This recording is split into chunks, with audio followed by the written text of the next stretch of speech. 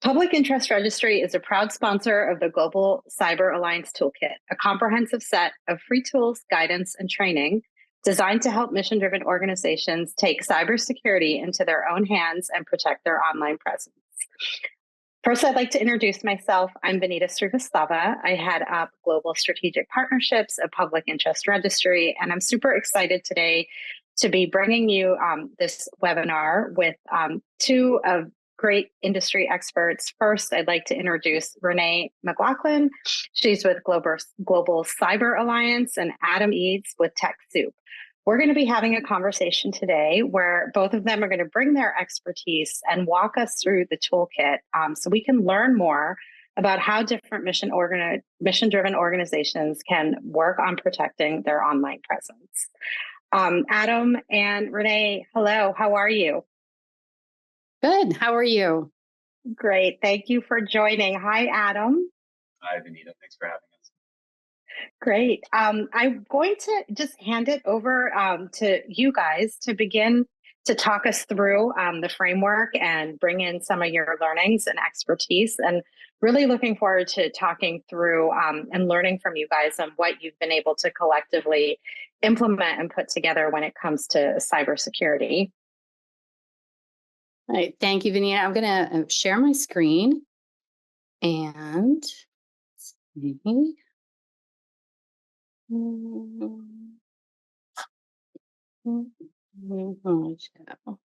There we go. All right. So we wanted to just start off this morning telling you very briefly a little bit about the Global Cyber Alliance and TechSoup. We are partners together and have been collaborating for a couple of years now on different ways that we can bring together our mission focus. Global Cyber Alliance TechSoup, both nonprofits. We do share very similar missions and have a lot of opportunities to partner and collaborate together. So I'll tell you a little bit about Global Cyber Alliance. We are a nonprofit that was founded in 2015. Our founders, the District Attorney of New York, the City of London Police, and the Center for Internet Security. And really, in a nutshell, the goal and their vision was to create a nonprofit that could help prevent cybercrime. Coming from a law enforcement and a prosecutorial background, the City of London Police and the DA's office, they saw a lot of cyber criminals that it was very, very difficult to bring them to justice. So they decided to take a different approach. And with some seed funding from all three organizations, we were able to develop a nonprofit that was focused on action and preventing cybercrime, not just talking about it, not just doing research, not just writing policy papers and awareness materials, but bringing all that to bear and providing organizations, communities that are vulnerable, small businesses, journalists, elections officials, all those small organizations that don't really have the budget or the technical expertise necessarily to fight off cybercrime, and not necessarily all of the time. So we wanted to provide them with free tools and resources that they could actually take action, meeting them where they are, leveling the playing field, so to speak, to prevent cybercrime. So that is our existence. We do it in two different ways. One is from working with the infrastructure operators, and then the other is working at a grassroots level through communities such as small businesses, nonprofits, journalists, for example. So we have developed several tools, including toolkits like the Mission-Based Organization Toolkit that Vanita mentioned, and we're going to walk you through that today. But I want to hand it over to Adam. TechSoup is a great partner of GCA, and we've done a lot together just in the last year, and wanted to bring us both together today to tell you what you have available to you as a nonprofit or an NGO. Adam? Great. Thanks, Renee. Yeah. So my name is Adam Eads. I'm a senior program manager for digital solutions and services here at TechSoup. TechSoup, in a nutshell, is a international nonprofit that provides technical support and tech tools, or access to tech tools, to other nonprofits. We're a nonprofit for nonprofits. We work in just about every country on earth. We're based in San Francisco, California, but our mission is to help build a strong civil society globally through the use of the better use of technology and access to tools that can help accelerate or move along an organization's digital transformation. We offer a whole range of services, including discounted and donated software and hardware, training, technical support services. And additionally, we've been working with PIR since 2022 to provide access to important domains to our members. If you're not already a TechSoup member, many of you probably are. I'll be doing a quick show and tell demo for how to become a member and how to navigate our platform a little bit later in the presentation. Thanks, Adam. Just a quick overview of why. I know a lot of small organizations, nonprofits, and small businesses think, why me? Why would a cyber criminal target a small organization such as ourselves? And honestly, everyone is a target. It doesn't matter your size. And in fact, because of a small organization size, it might make you more of a target only because it's easier, or they perceive that it's easier to get what they want. So think about all the valuable information that you have. You have donors, you have community data, you have donor data. And you want to make sure that you're protecting that. Well, those are, absolutely the targets that cyber criminals are looking for. They're looking for that personal information that they can share. They're looking for those vulnerabilities that they can access, whether it's ransomware or phishing. And we'll talk a little bit more about that when we dive into the toolkit a little.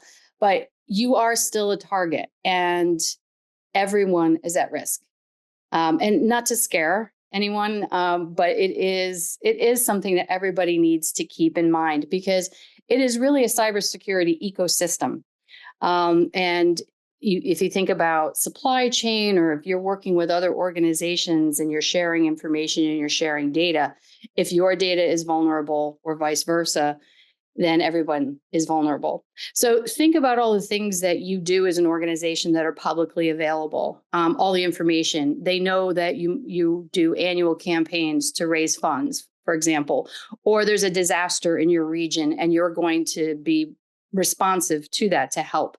They target and they look for those opportunities. They also assume that smaller organizations and nonprofits in particular don't really have the funds or the expertise to protect themselves. So they presume that you are a good target because you have vulnerabilities in that sense. So these are all things to make really just raise awareness that because you're small doesn't mean that you're not a target. And that's why the services and the resources and the tools that both GCA and TechSoup offer are so critical. And it's our mission to make sure that you have easy access, things are accessible to you, things are free or low cost, and that we provide you with guidance and information to help you implement them. Because if you think about it, all at once, it can be overwhelming, and we totally understand that. But our tools are designed to help guide you through so that you're not trying to tackle this by yourself. You're not trying to tackle this all at once. It is a process, and it is something that we really urge people to take into consideration as part of your business operations going forward, a little bit at a time. And I always talk about it as layers of security. So if you just do one little thing this week, you're better protected than you were the day before. And then next week you add on another little thing. And so you continue to evolve and go through that process. So I'm going to hand it over to Adam because he's going to talk a little bit about risk and risk management, and which is a really important concept to think of before you start implementing tools. Yeah, thanks, Renee. And I'm gonna contradict you just a tiny bit, and I promise I won't do it again. I do want you all to be a little bit scared. I think a little bit of fear spurs us into the appropriate kind of action. So I have a couple of slides to put a little tiny bit of fear into everybody. So I want to look at this chart on the left of the slide here. So this is data from actually just from the end of 2023, so it's very recent, from the FBI on complaints and losses from cybercrime over the last 5 years. And so you can see the little gray bars there on the top. That's the number of complaints, and then the red bars represent the financial losses that those complaints represented. You can see from 2019 to 2020, there's a big jump. I think we all have a good guess of what happened in 2020 that might have spurred a spike in cybercrime. Everybody was stuck at home, including cyber criminals, and so we see a big jump there. But then for the next few years, that number is fairly steady. But look at the red numbers on the bottom. There's actually a quadrupling from 2019 to 2023 in the financial losses that are represented from those cyber crimes. And I think it's really important to bear in mind that we can assume that this means that attackers are having greater success. Their methods are becoming more and more effective, and quite quickly. Those bars aren't even to scale. It's actually that one on the bottom should be all the way to the other side of the slide. It's really grown exponentially in the last few years. And just to put a finer point on what Renee had said, kind of what's the value in attacking a nonprofit, especially a small one.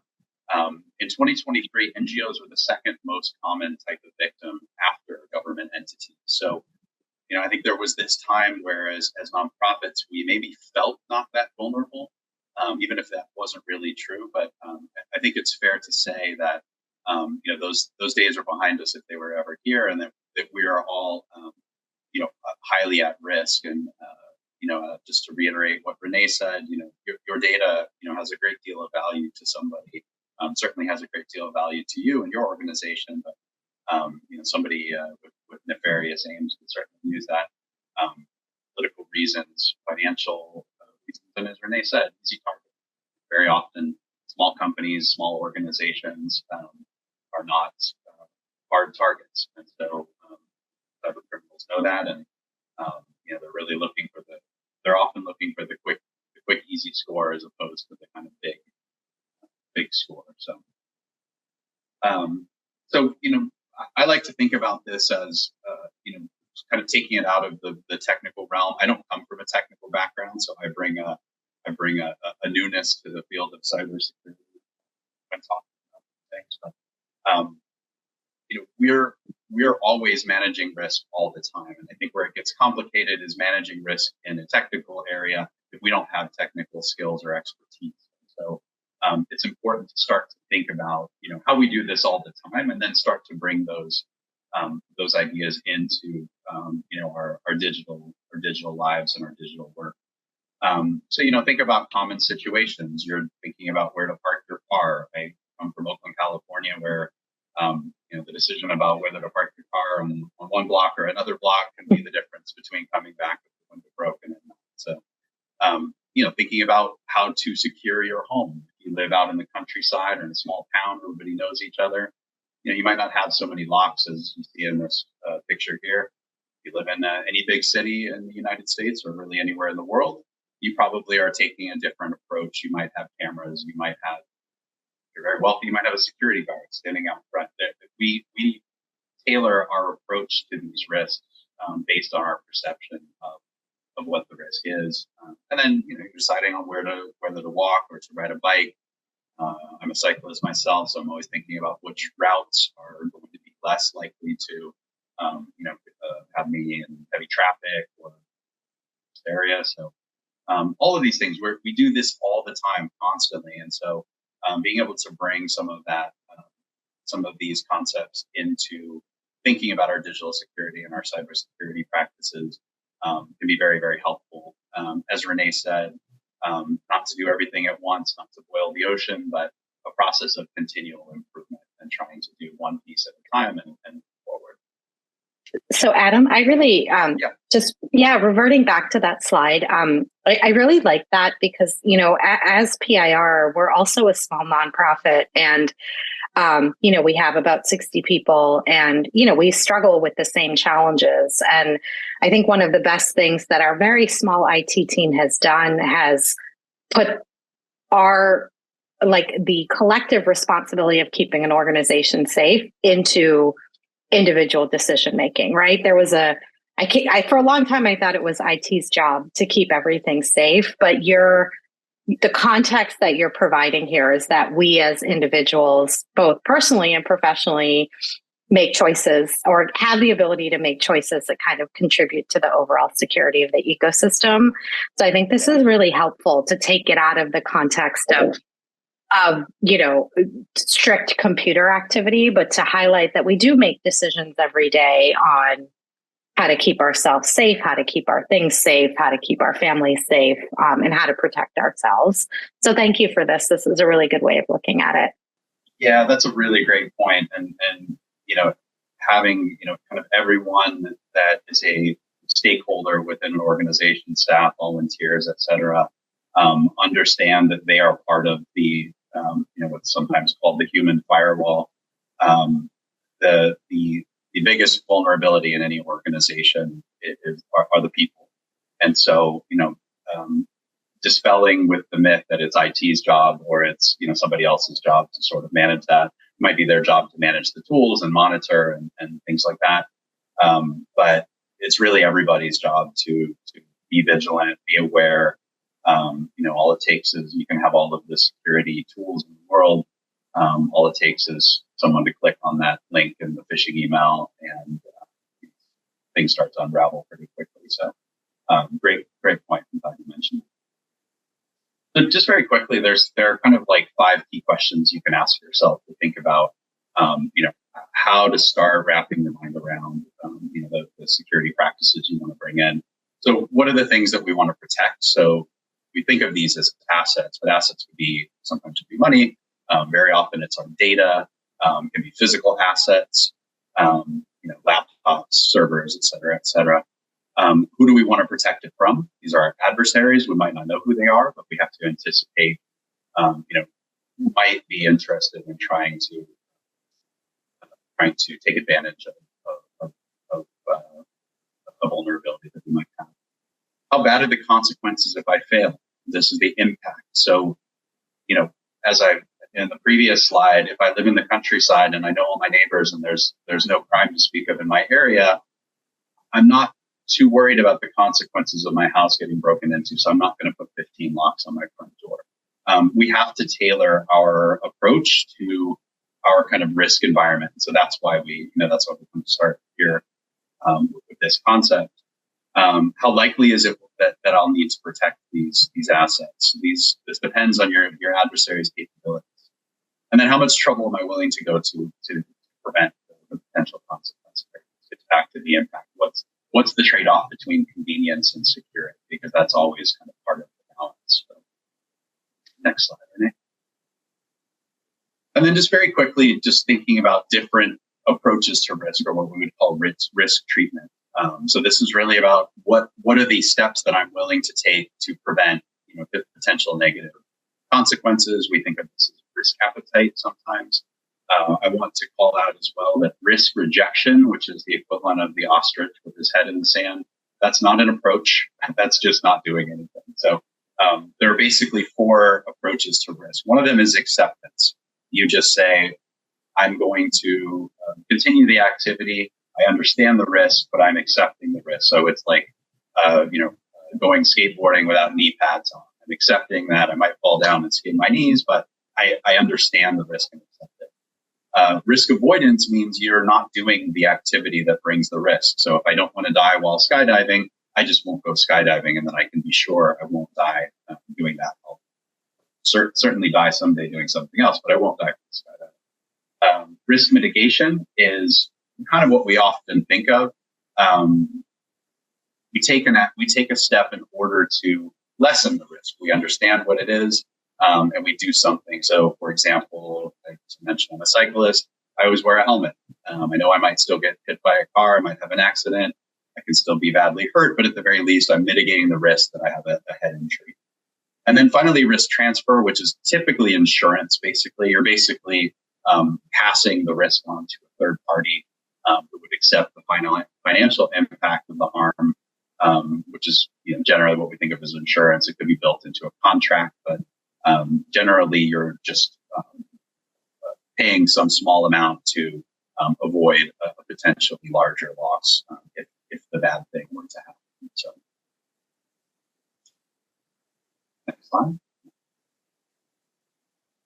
All right, so that is your introduction to risk and risk management. It's a really important concept. And what we want to do now is talk a little bit more about the toolkit, which is sponsored by PIR. We work together to develop this toolkit. And again, it is really important for us as an organization at GCA that we wanted to, our unique feature is that everything in this toolkit is free for you to use.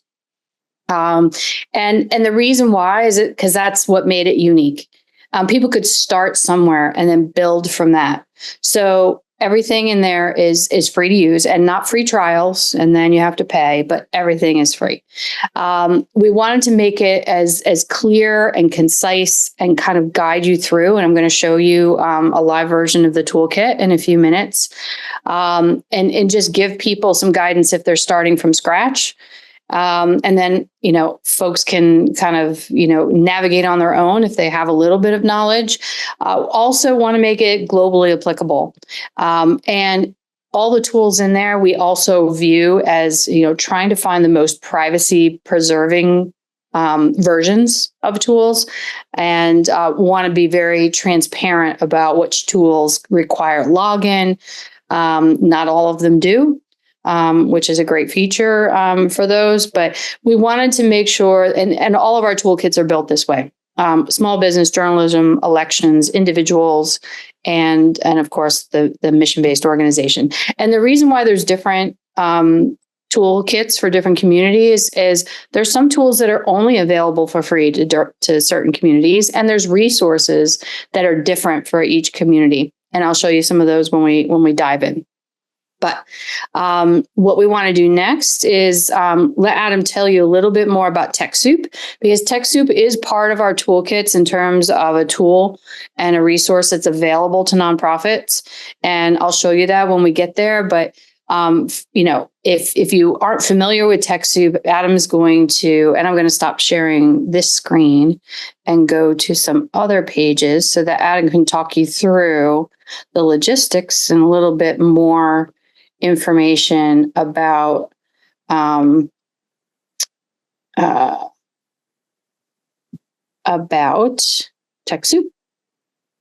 Before we go live to the toolkit, I wanted to give Adam an opportunity to talk a little bit more about TechSoup, how to become a member, how to navigate, and then we can dive into the toolkit and learn a little bit more about some of the topics that are really critical to protecting yourself based upon everything we've already discussed this morning. Adam, to you. Thanks, Renee. So most of you hopefully are probably already TechSoup members, but just in case, wanted to give you a quick walkthrough of how to do that. So this is TechSoup.org. This is our homepage. Up in the right corner there, you'll see a little join link. So if you were to click that, you would come to or the next tab. Yeah, exactly. Just a very simple form to fill out.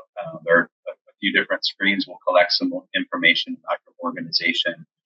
Spend a few days. It'll take a few days for us to validate your organization if you are actually a nonprofit in good standing, and then you'll receive a confirmation of that validation and the ability to access our product catalog, which you can browse beforehand.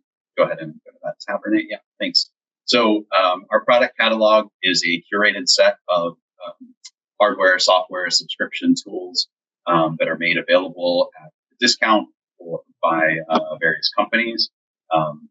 Most cases, that discount is very, very deep for nonprofits. So as Renee said, we've tried to curate what companies have made available to support the nonprofit sector and make it available here. So if you just click on that donor or company parent there. Oh, sorry. Nope.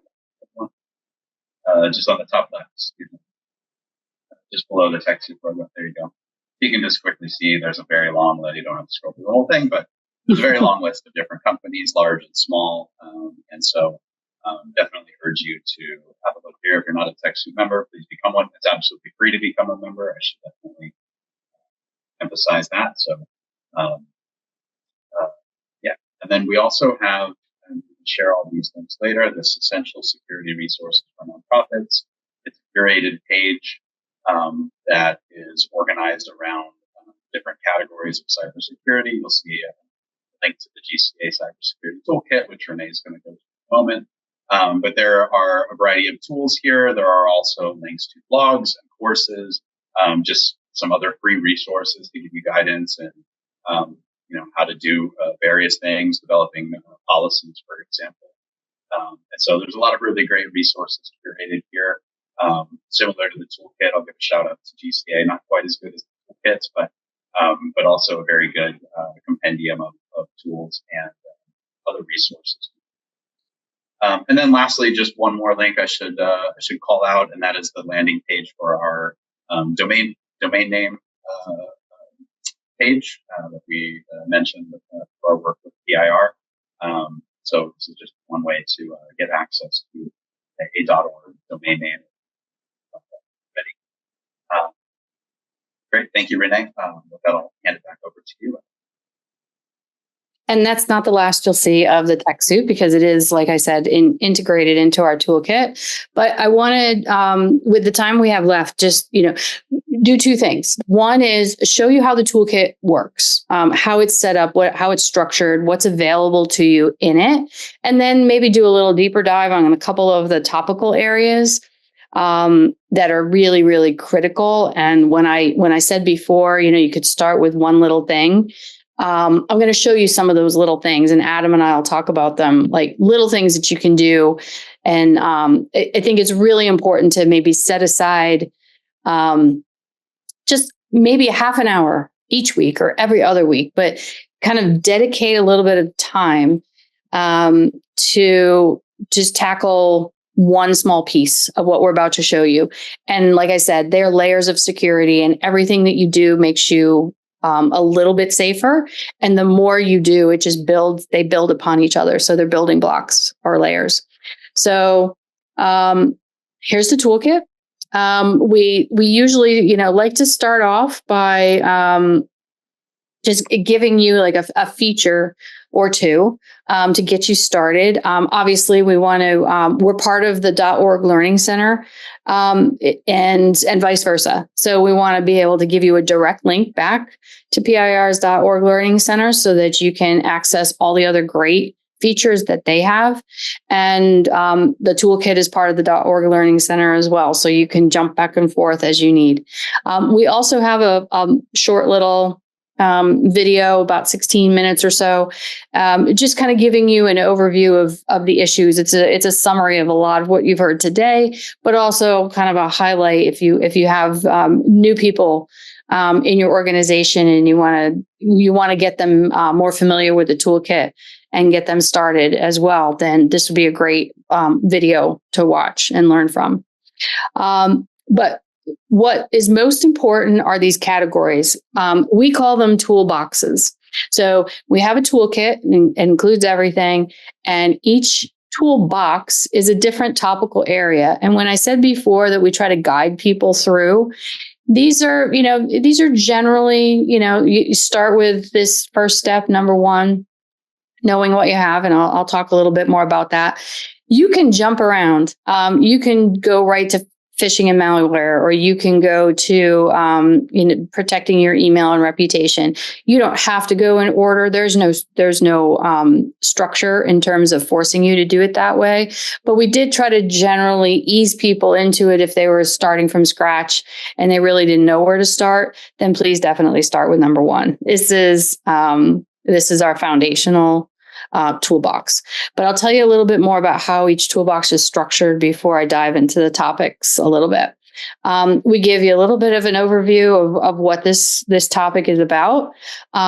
We And each toolbox is different in terms of the videos that they have. We do have some general overview videos available in each topical area. They're usually they're definitely less than 2 minutes. They vary, but these are donated to us by Wiser Training. They've provided a bunch of videos and actually in different languages for our small business toolkit, but they're just overviews, and they're a fun way with the caricature and a fun way to learn about the topic in less than 2 minutes. A great starter if you're really, again, starting from ground zero. Each toolbox is structured with tools themselves and then resources. So we start with our tools. Those are front and center. And this is what Adam just showed you a minute ago. Every tool has different categorizations. We do put them at different levels, and those levels are defined. One being the most, the novice, the entry level, and then going all the way up to level 4. We try to avoid level 3s and 4s, but sometimes they're important, and some communities, they're more relevant. Say our elections toolkit, our journalism toolkit. We do have a lot more technical tools available in there, but for small nonprofits and small businesses, we really try to keep it to level 1 and 2 so that you can actually do this yourself. You don't need technical knowledge, you don't need technical expertise, or you don't need to hire somebody. So we really try to keep it very simple and straightforward and accessible, most importantly. So that's how we break out the tools. I'll give you an example of what a tool page looks like. Before you get to the tool itself, we give you a longer description. The resource that Adam was just describing before, it's broken down. You can get directly to each of these topics available on the TechSoup website. And then, or you can just go generally to the page itself, which you just saw a minute ago. Every tool page, we try to give as much information and direct links as possible. So again, we like to be transparent whether sign up is required. In this particular case, yes, to access TechSoup's resources, you have to be a TechSoup member, and this will take you right to that registration page that you saw before. Every tool page is a little bit different in the kind of information that is here, but we try to privacy policy, FAQs, support. Sometimes we'll have a video on how to install, and I'll show you an example of that later. But the idea is to give you as much information as you need up front and make it easier for you to navigate. Because as you know, sometimes when you go to a vendor's website, it might be a little bit hard to find some of this information. And then we also have in every toolbox a variety of resources. I firmly believe people learn in different ways.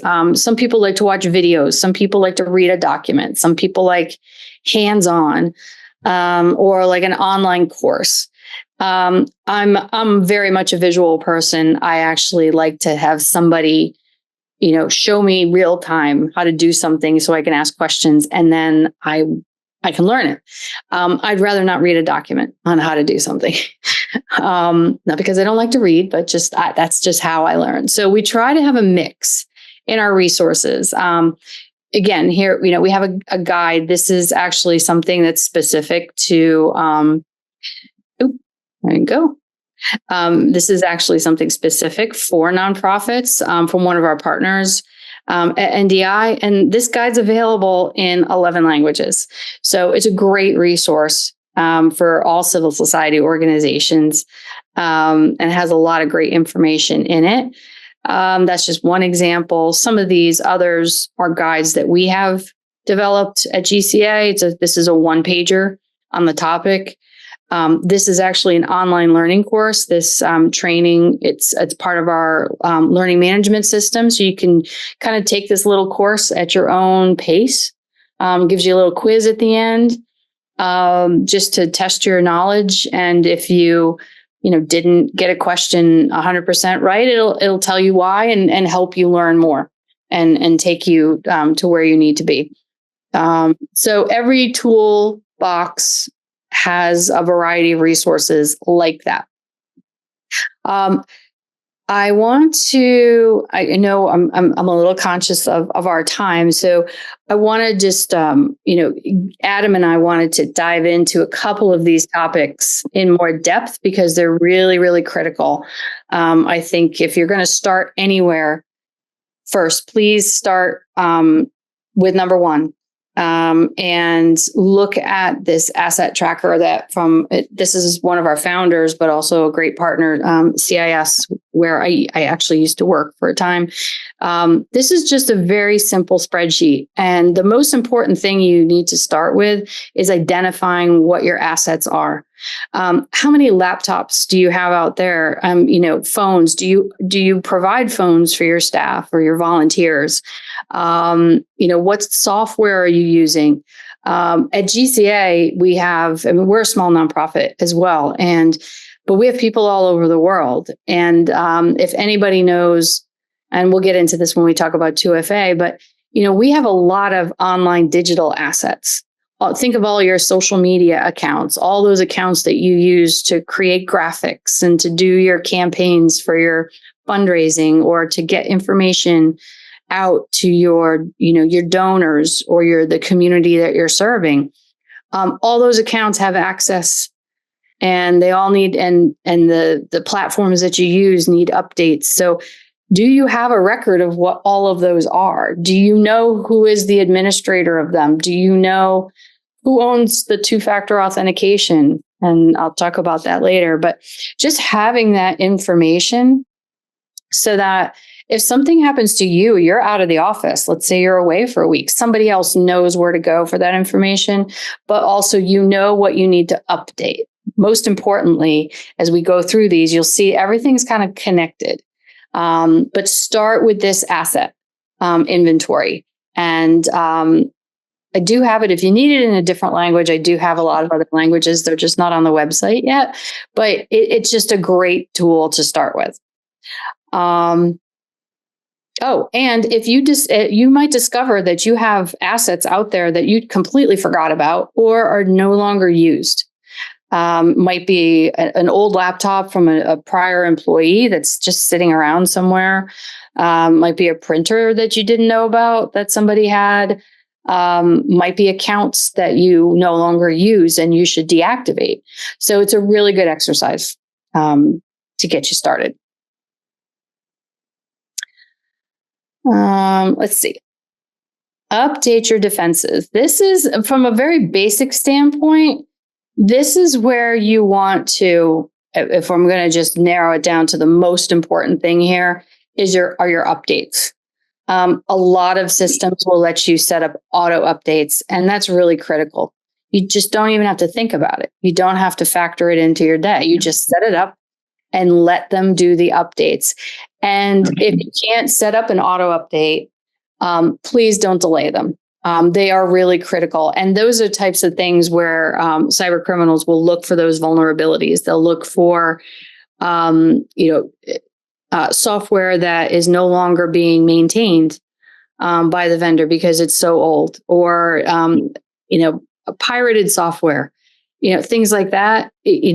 Trying to save a few dollars on one end is could very well cost you a lot more on the other end. So definitely, do your best to set up those updates for auto where you can, and where you can't, set up a schedule and don't ignore them at all. And Renee, part of this too is getting back to, our collective responsibility, right? So if you're using your personal iPhone for work, like you as a staff member should ensure that you have your updates set up on your phone, because not everything is corporate mandated or managed devices, right? Am I understanding that correctly? Yes, that's an excellent point. And I do, personal devices is a very big issue. It started well before the work from home period, during COVID, and I know a lot of organizations have continued with work from home, but a lot of GCA in particular has always been mostly a virtual environment. And we do use our personal phones. So it is critical that you understand what devices your employees or your volunteers are using, and make sure that they understand these concepts, especially if they're sharing those devices with family members, and they have access to work accounts. You really, really want to instill all of these principles in them, because you're right. It is a collective responsibility. And for us, I mean, we have organization issued laptops, but we use our personal phones, mobile devices. So it's definitely a critical point that employers need to think about and understand what types of devices your employees are using. It's an Android, is it an iPhone, is it a tablet, so that you can help them and point them to the right resources in the toolkit, because we try to provide a variety for the major operating devices or systems. I'm sorry. So I'd say probably my favorite toolbox in the toolkit is passwords, and Adam and I love these topics because really, really fundamental and super effective in terms of identifying where you could take some really concrete steps to protect yourself. So I would say, if I'm going to point out a tool in particular, this is a tool that is curated by a cybersecurity expert in Australia, and Troy Hunt, and he's fantastic. But you basically you put in your email address, and it is going to pull up every data breach that your email has been impacted by. And it's going to tell you when it was, and the date, the impact, and you'll be amazed, because you were probably doing, you could have just been ordering supplies from or buying a Christmas present, and you're never going to go back to that site again. But it was caught up in a major breach, or any breach. Doesn't matter if it's major or it's little. If it's caught up, it's caught up. And you can then decide, do I even need this account anymore? And if not, deactivate it right away. If it's still something that you use frequently, then change your password and set up 2FA, which is my next little speech. But it's a really great tool. Use it for your personal email and use it for your work email, and find out if you've been exposed. And I guarantee you, I mean, I had stuff that went all the way back to 2015. So it's a great place to start.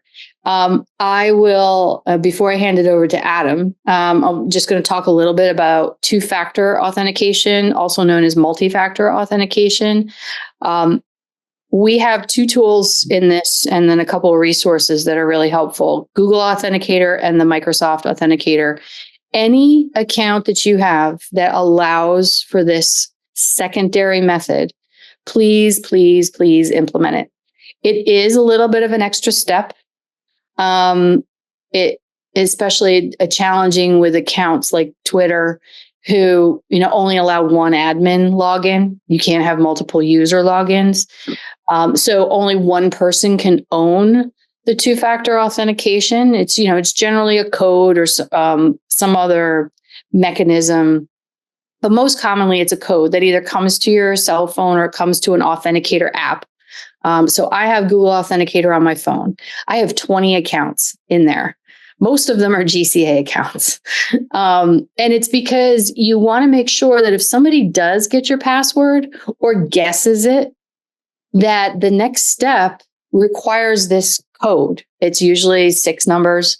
And it will, if you don't have that code, that numeric code, and you don't enter it in within a certain time period, you can't get access. So, for example, I have all our social media codes. And anybody else on the team, if they get logged out or if they log out intentionally, and to get back in, they need the code. So, we get online, we either do a screen share on, or we get on Huddle, or we do some kind of virtual connection, and I give them the code in real time. And so it takes a little bit of coordination, but for the most part, it's not a hassle. It's just one extra step. It's another, it's 30 seconds. But it's so important because I can't tell you how many times I've gotten a notification from Instagram that says, we've gotten a message that you're trying to change your password. And I said, no, I didn't. And I go to the team and I'm like, did anybody try to change the password on Instagram? Which I already knew the answer was no, but I just want to make sure. So somebody guessed our login email, which is not that hard to guess from an organizational standpoint. And then to get in, they tried to change the password, and they couldn't get in because they didn't get the code. So it's really, really important. You might not think social media is a big deal, but think about what might happen to your organization if misinformation was posted about you or about your plans, or somebody just did something malicious on your social media that was completely contrary to your mission and offensive or harmful in some other way. So it's really, really an important tool. So Renee or Adam, what about saving, like obviously within Chrome and all of these browsers, we have these options to remember your username and password, right? Which is a lot easier because you don't have to log in every single time. Is that encrypted and safe? Like if Chrome is saying, hey, we'll save your passwords and your website and your username, like, is that okay?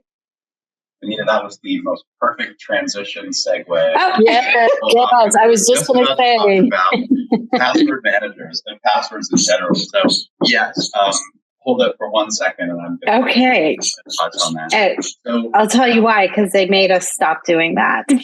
But it makes me crazy. Yeah. So I think I might know the answer, but I can't remember everything. So it's just really useful. Pros and cons. So I love this topic because we all hate passwords so much. I don't think there's anybody on earth that loves passwords.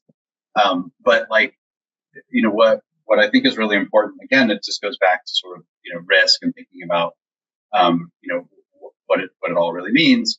If we think about, what makes a good password, right? People often ask, like, what makes for a strong password? There's really like 4 main characteristics. A strong password should be complex, unique, long, and unpredictable. It should be all 4 of those things. The problem is we all have human brains, and those human brains cannot remember complex, unique, long, unpredictable passwords for 100, 200, 300 accounts, whatever we have. I think the average that I found somewhere was 186. So who knows if that's true or not, but I bet we all have more than 100 accounts. So of course we can't remember all of those passwords. So we take the path of least resistance. We write it down. It's on a Post-it note. It's on a spreadsheet somewhere.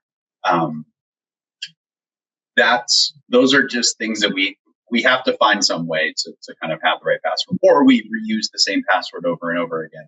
Maybe we put a little number after it, or, change one thing. We think we're being very clever, but, if it's easy to remember, it's easy for someone to guess. That's a really good way of thinking about it. So password managers are a fantastic way to bridge this gap, because you can have complex, long, unique, and unpredictable passwords for every one of your accounts with no limitation. So I personally use Bitwarden. That's my password manager. There are a bunch of them out there. Bitwarden has the advantage of being a very robust free option, which is why it's featured here. I find it to be quite user-friendly. Like 2FA, it requires an extra step. Every time I want my password, I just got to log into my master password and it will kind of autofill it. But it changes everything. It really allows me to remove all of the anxiety that would come with and I did it for many, many years, used the same password over and over again with some slight variation. And so, there are probably still old accounts out there that have that weak password that I haven't tracked down yet. This is a really great solution. So I really recommend people using what we would call a standalone password manager, so a separate app. Now, to your question, the browser-based password manager, they have advantages and disadvantages. The advantages are it's super easy, right? It's just there. It's either in Safari or Chrome or whatever browser you use, and it is perfect resource. Let's see if I have the same. Test his answer. The advantage is there's really no barrier to entry, right? It's there for. I spent last weekend with my 79-year-old father trying to get him onto a standalone password manager, and it took several hours of sitting down, finding the right one, and getting him set up and getting him started. Whereas with Chrome, it's just there. You just do it. So there are some disadvantages. You're always logged into your Google account probably. And so if someone were to access that account, they would access all of your passwords. The other side is if the alternative for an individual is reverting to some of these other practices, then the browser-based password manager is better than nothing. It's better than reusing the same password every time. If it allows you to use a complex, unique, long, and unpredictable password for every account, then it's worth doing. It's better to use the standalone password manager or the standalone password manager. But there's a barrier to entry. There's often a cost. Bitwarden is free for personal accounts. I think there's a fee for enterprise level accounts. Mm-hmm. So there's a financial consideration there as well. But certainly browser-based password managers, I think, are better than nothing. So if that's what somebody's willing to use, certainly, it's better than not doing anything. And the only thing I would add to that is, sometimes it's a mix, right? Like there are certain things that are low risk, and so maybe your browser-based password manager is and you have to determine what that risk level is. But I wouldn't use it for my banking. So as an organization, I wouldn't use it to log into payroll or anything like that. Donor data, my customer relation management system. I wouldn't any high value target environment rich, data rich environment. I wouldn't use the browser based password manager, but for, I'm not going to give you an example of what I would use it for because it's my risk, not yours. But so think of it that way. Some things it's just more convenient, totally more convenient. And as Adam said, it's better than nothing. But definitely, I would say there are things you would not want to use it for because they are such a high value of data. So combination is another way to go. So unless there's more questions, I'm going to jump to prevent phishing and malware because I think this might be the last deep dive we get to do. And this is, again, a lot of these things are tied together. And that's what makes the layers of security so relevant because every time you do the next thing, it makes the thing you just did before all that much better. So phishing and malware, I'm gonna kick it to Adam a little bit to talk about social engineering if we have time, and because we do have a lot of great resources and places where you can report phishing scams, which is super important. It's almost like I call it paying it forward.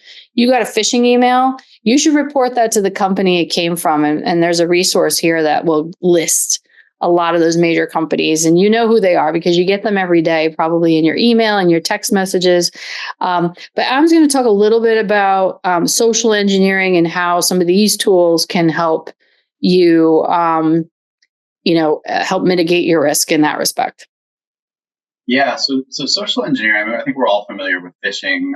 Many people may also be social engineering, but maybe a less common term. Social engineering is basically the practice of manipulating someone's emotions to get them to take some action that an attacker would want you to take, and you probably yourself don't want to. So giving over your bank details, giving over your password, giving over access to an account, giving up some sensitive information. So we're all very familiar with phishing emails. We get these all the time. Increasingly, SMS or text is being used. Voice calls are being used. QR codes is another one that's increasingly become an area of risk. But these are all. It takes the very technical world of kind of cybercrime and brings it to the very old-fashioned world of just old-fashioned scamming, where for thousands of years or longer, people have been manipulating others' emotions in order to manipulate them into taking some action, giving something up that they not necessarily give. And I think one thing that I think is going to be really key, I think we've all seen the email where there's a misspelling or the logo looks misplaced or things like that. I would imagine, and then people often ask about AI and what's AI's impact on cybersecurity. It's going to impact both sides of the fence. It's going to give us better tools to protect ourselves. It's more so probably going to give attackers better tools and methodologies to attack. And I think one of the ways in which we'll see that is in better phishing emails and better phishing communication.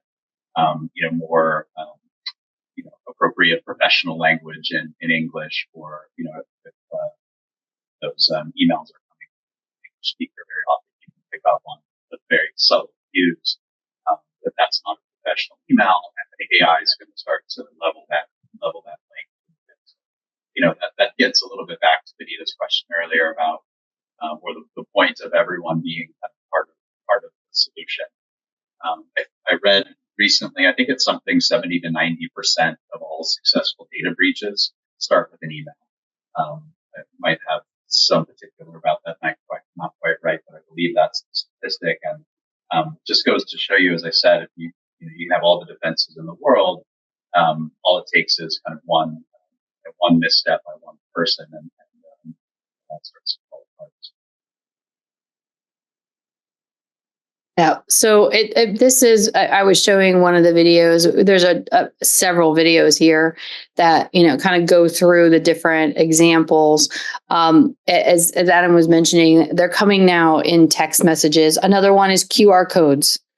Malicious QR codes is another way. So instead of clicking that link, you're scanning that QR code, maybe at the parking meter and, or on a, think about restaurants use them now for their menus on the tabletops, and parking meters use them.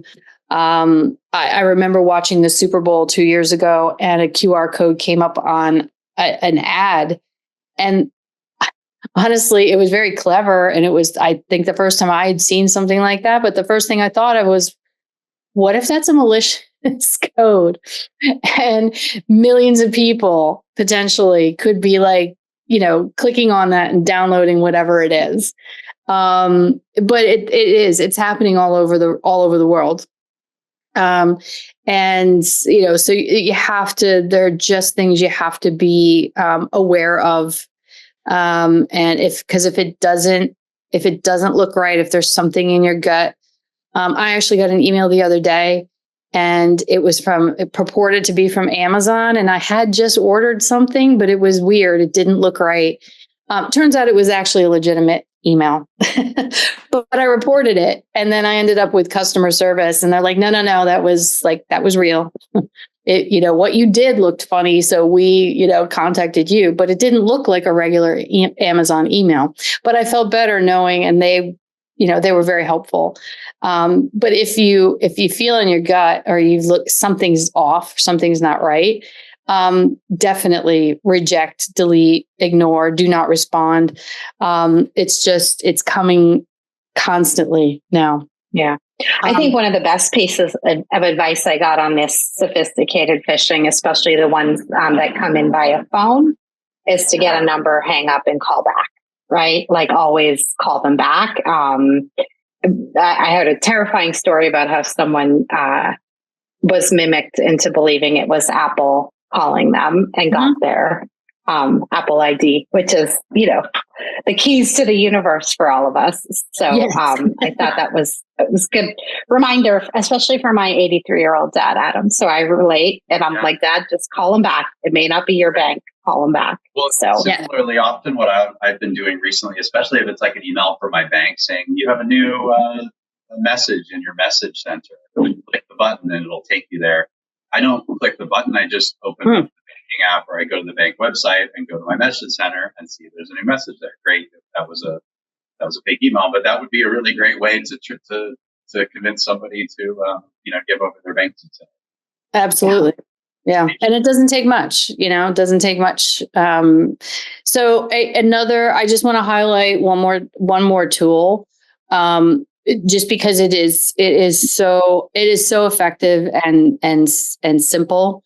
And I say simple, I shouldn't, it's simple, but, it is Quad 9, and it basically gathers the threat intelligence feeds of more than 20 commercial and nonprofit providers. And you can go to their website and see who a lot of them are. Not all of them want to be publicly known, but the idea is you think of these threat intel providers and they know that these websites are malicious.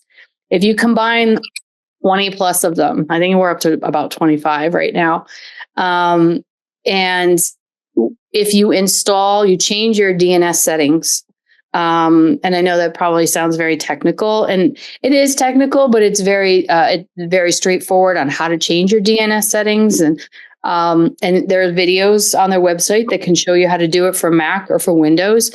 But the idea is if you click on a link by accident, let's say you get that text message and you think it's from your bank and you click on it, if you have it installed on your phone or your laptop, it will if it's in those, the block list of those any one of those threat intelligence providers, it will prevent you from even getting to the website. And it's amazing, like what qualifies as a malicious link. So I use the weather.com app. I have horses, so I'm constantly in tune with the weather because it has a major impact on what I do with the horses. So they have ads all over that app. And if I accidentally click on one of those ads because they kind of obscure the little X, or you just, if somebody wants to go to one of those ads, 9 times out of 10, Quad 9 will block it because there are malicious ads. And it's not because weather.com is doing anything wrong. They just have ads that have malicious links within them. And it's very, very hard to detect, up front because they're ads. It's like when all those little pop-ups come up on your computer, so it's very effective and it's free, obviously. But you can do it on your desktop, on your laptop, on your tablet. They do have an Android app, which is even easier to implement. It's takes less than a minute. And then if iPhone, they don't have an app, but they do have, it's a little bit more technical to set it up on an iPhone. But from a laptop perspective, I use it on every device I have. And I'm not just saying that because we helped found them, but it is really, really good. And they don't track your information. So it's completely privacy preserving. There's no login required whatsoever. They don't know who's using their service. They don't know where you're going or what you're searching. It's just a really great privacy preserving tool.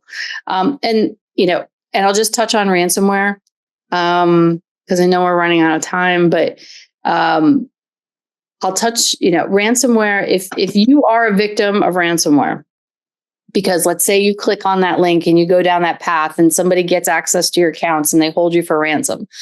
That's devastating to any organization, right? But if you've backed up your data on a regular basis, you can restore yourself without having to pay the ransom. There's also some other resources, and no more ransom is one of them. This is from the EU. But if you go no more ransom, they have the codes to, and in every EU language, they're all there. You can actually get the codes and unlock, and they have assistance too. You can decrypt. So it's another great resource for somebody who does fall victim. And then lastly, on that point, if you are a victim of any cybercrime, there is a resource page here on the toolkit. And we have, different parts of the world where you should report it, and you can get assistance. Obviously, in the United States, we have a lot of different resources. Not every country has as much. But, start with the government agencies in terms of reporting. And then there's others like our partners at Cybercrime Support Network who have resources and guides on how to help you, as well as Cyber Helpline. So, it probably is a little overwhelming taking all this in right now. But like I said, take it step by step, little bits at a time. And you really can find a wealth of information. Plus, we also have a toolkit email, which we can provide you with all the contact emails at the end of the session, where you can just ask questions, and we can help direct you if you're having trouble navigating. So, I would, really recommend that everybody has, just take a peruse. Take advantage of the resources and the tools that both GCA and TechSoup have to offer. And hopefully we can, provide you with a better cybersecurity risk posture. Amazing. Thank you so much, Renee. Adam, you have any closing thoughts to add? No, I think the thing to reiterate is that this is a journey. There are so many things to do. It can be very, very overwhelming. But like I said, 70 to 90% or something, let's say some large number of cyber attacks start with an email. Focus on training for staff. We didn't really talk about training, but cybersecurity awareness, like helping people understand how to spot a phishing email. There are great paid resources out there. There are a lot of free resources as well. But making sure that people are kind of getting these messages is super important. Doing small things like just setting up 2FA, it forces people to take that extra step. And then they'll be annoyed for 2 days while they get used to that extra step, but then it just becomes second nature, like putting in your username and password. We all do that for all of our accounts. It's just one extra little step, and it adds such a huge layer of additional protection. Not foolproof. Nothing is foolproof. But every additional thing you do, it minimizes your risk significantly. And so just, be getting in the habit of doing, making continual improvement, getting better every day, every month, year, even with little things, it can make a huge difference over time. Yeah, no, great. I think this was super beneficial. And I think, to your point, change is hard, but we have changed a lot over the trajectories of our careers and the time. And we have to just keep moving and trying different things to get ourselves safe and secure in a more kind of a little bit more scary world. And I think it's okay. I think it's okay to say that. So I just wanted to thank you guys so much for guiding us through this conversation. I learned a lot. I put my email address and have I been pawned, and I was a little alarmed. So that's good, but it's good to know. And that was really useful for me. I'd never seen that before. I know we have links to the toolkit, both available on TechSoup, available on our .org Learning Center. I believe we'll be adding links. You'll see them in the webinar on where you can access these materials. So I think from PIR's side, I just want to again say thank you to both of you for spending the time with us today. And I look forward to whatever we're going to talk about next. I think it'll be really fun. It's a lot to learn here. Well, thank you so much for having us, Mia. Thank you.